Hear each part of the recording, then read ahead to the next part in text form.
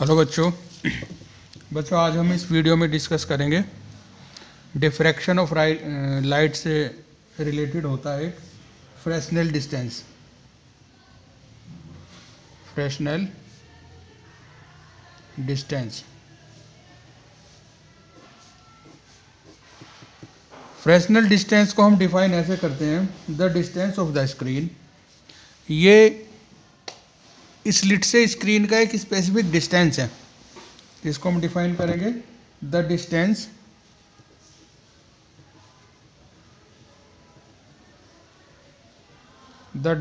Of the screen, the distance of the screen from slit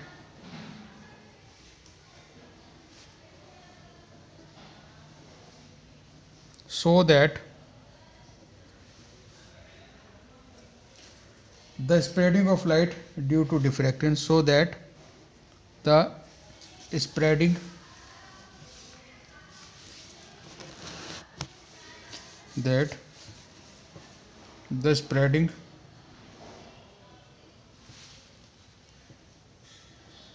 of light due to diffraction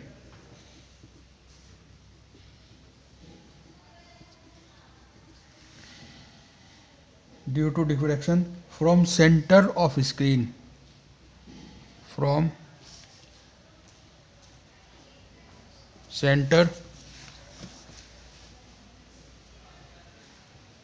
of screen is just equal to the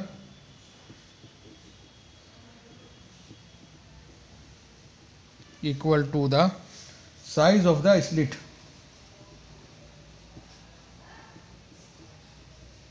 size of the slit.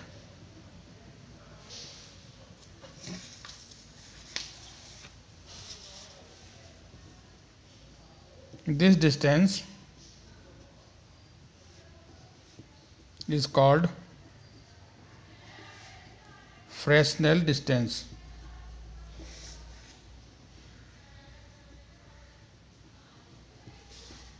इसको हम denote करते हैं ZF से, denoted by ZF, इस तरह से। ठीक है, अब देखो according this definition the spreading of light from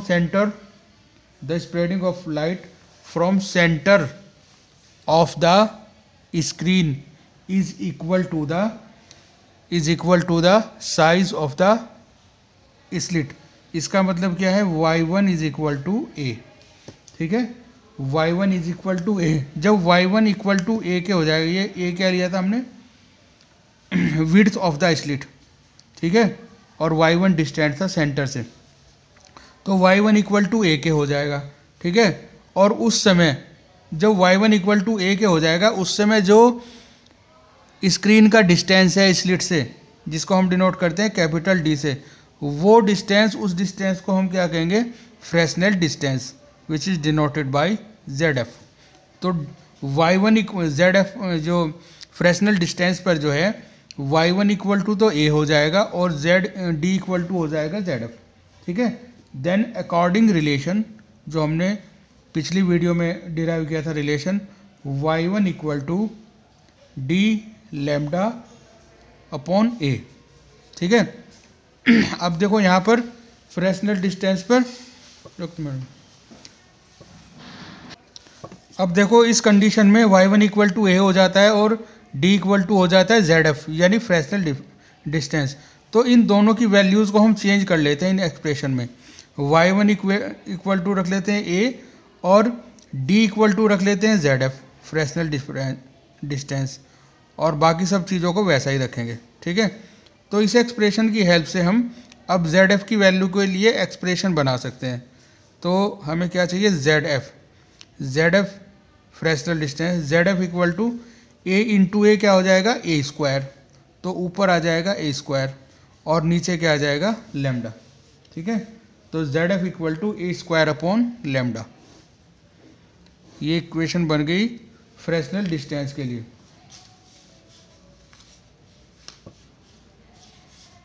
अब देखो इसका मतलब, इसका इम्प्लीकेशन क्या है?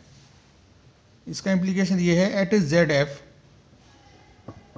यानी जब स्क्रीन का डिस्टेंस स्लिट से जेड एफ के इक्वल होगा, the spreading of light due to diffraction, the spreading of light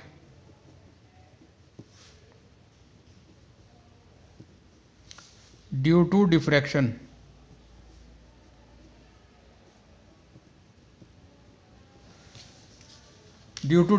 will be quite large, will be quite large as compared to the size of the slit, quite large as compared to the size of slit। ठीक है, ये implication है इसका। अब हम पढ़ेंगे, next topic है हमारा limit of resolution and resolving power.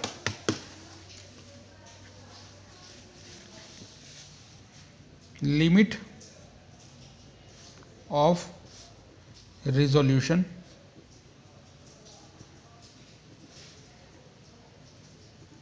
And resolving power.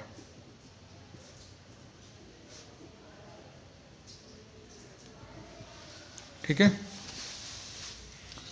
अब देखो लिमिट ऑफ रिजोल्यूशन क्या होता है। Limit of resolution,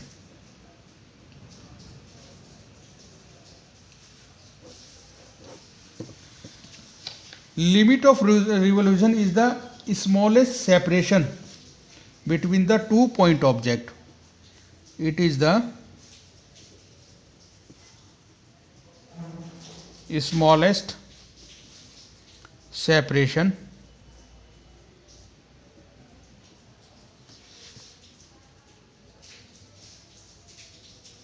between 2 point objects. Smallest separation between 2 point objects at which they are appear just separated, at which they appear just separated।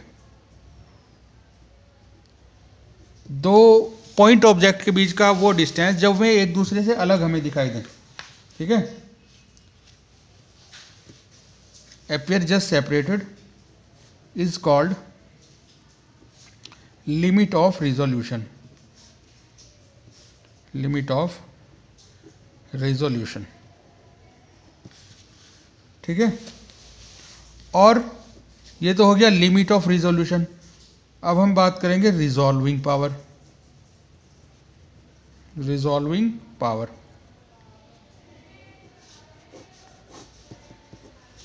बच्चों जो limit of resolution का जो reciprocal होता है, it is called resolving power. Simple simple है ये, the reciprocal of limit of resolution. Limit of resolution is called resolving power.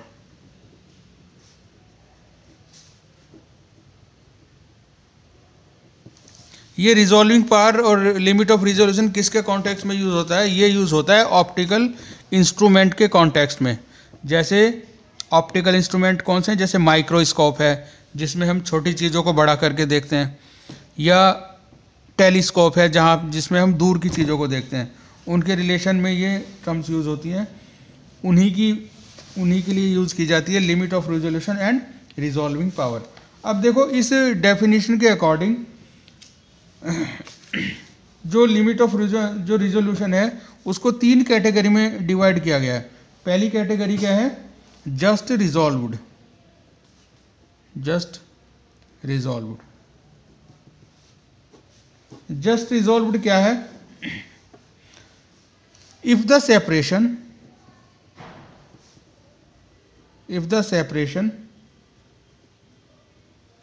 between the central maxima of two objects, separation between central maxima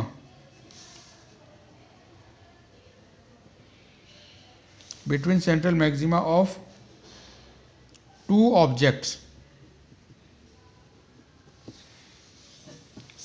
central maxima of two objects is just equal to the distance between the central maxima, is just equal to the distance between the central maximum and the first minimum, is equal to the distance between central maximum and first minimum, distance between central maximum and first minimum. Then objects are called just resolved. ठीक है, just resolved. अब ये आपको इस diagram से समझ में आ जाएगा जस्ट रिजॉल्व्ड क्या है। डिफ्रैक्शन पैटर्न हमने देखे थे,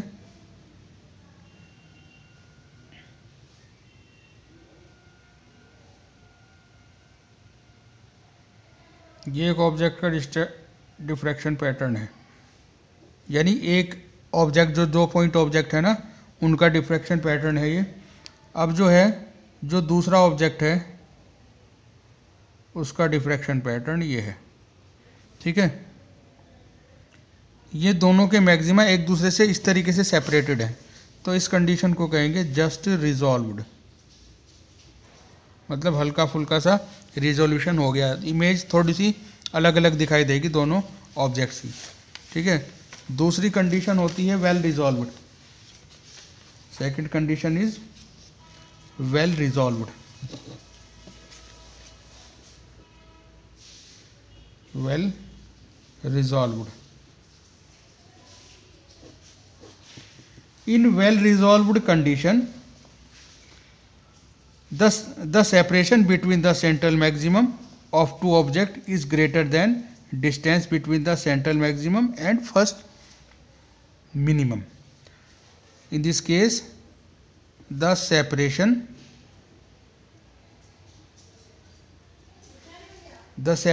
between the central maximum,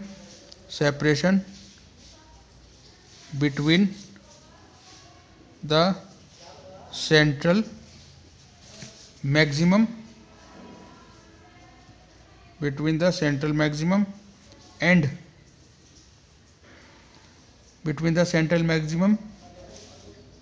of two objects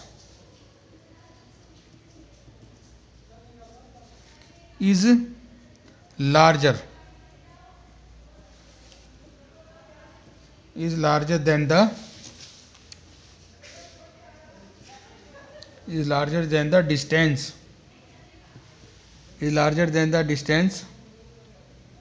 than the central maximum and first minimum, distance than the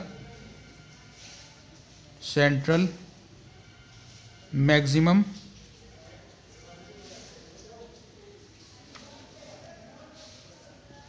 and first minimum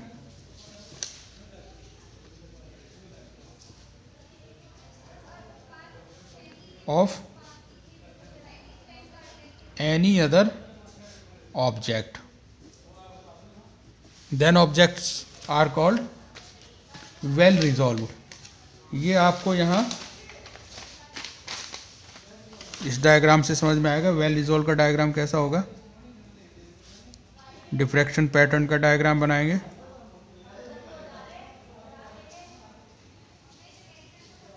ये है, एक ऑब्जेक्ट की इमेज का डिफ्रैक्शन पैटर्न है ये, जो दूसरे वाली का होगा वो इस तरह से होगा, ठीक है। ये डिस्टेंस है दोनों के बीच में। In this condition these are called well resolved, ठीक है। अब नेक्स्ट कंडीशन है unresolved, third condition unresolved. Unresolve में क्या होता है, the separation between the central maximum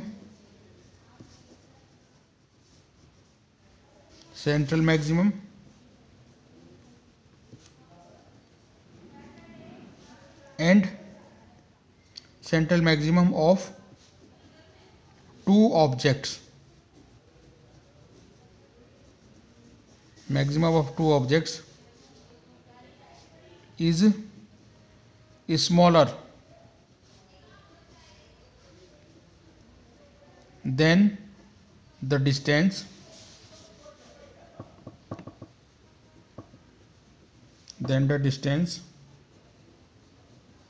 between central maximum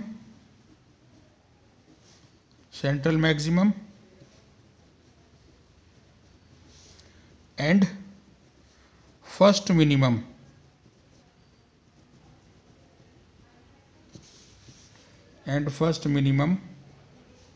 of any object, ठीक है। अब देखो इसमें क्या बनेगी कंडीशन डायग्राम के अकॉर्डिंग।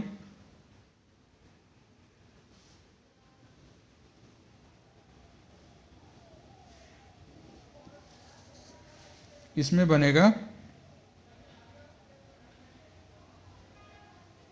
ये यहीं आ जाएगा, ठीक है। This is called unresolved. ये कंडीशन है 3 रिजोल्यूशन की। अब देखो, अब हम बात करेंगे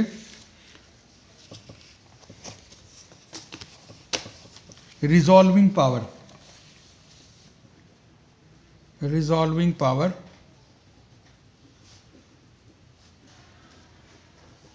ठीक है।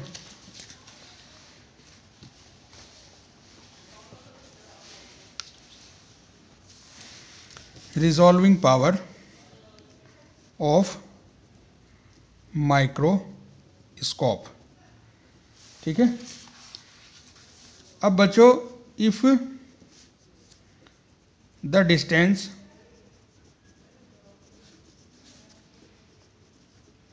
Between two point objects is equal to d, small d is equal to small d,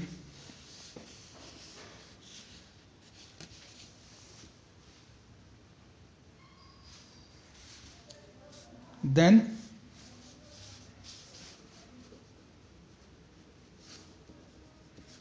it is given by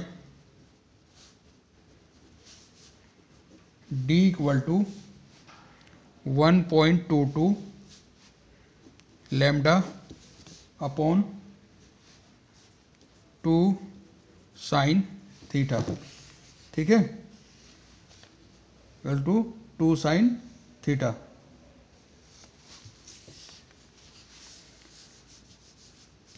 तो इसको हम क्या कहेंगे, it is called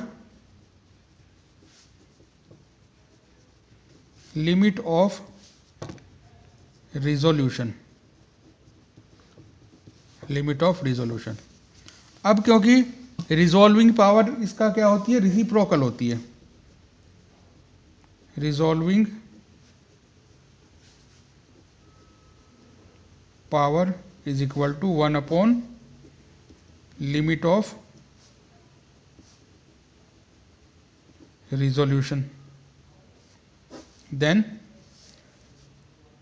resolving power is equal to 1 upon d is equal to 1 upon 1.22 lambda upon 2 sin theta is equal to, ये ऊपर चला जाएगा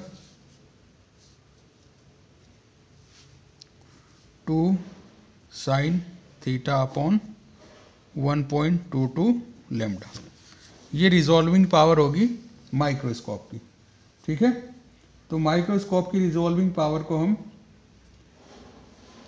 जो है कम वेवलेंथ की लाइट को यूज़ करके हम इसकी पावर को बढ़ा सकते हैं, ठीक है।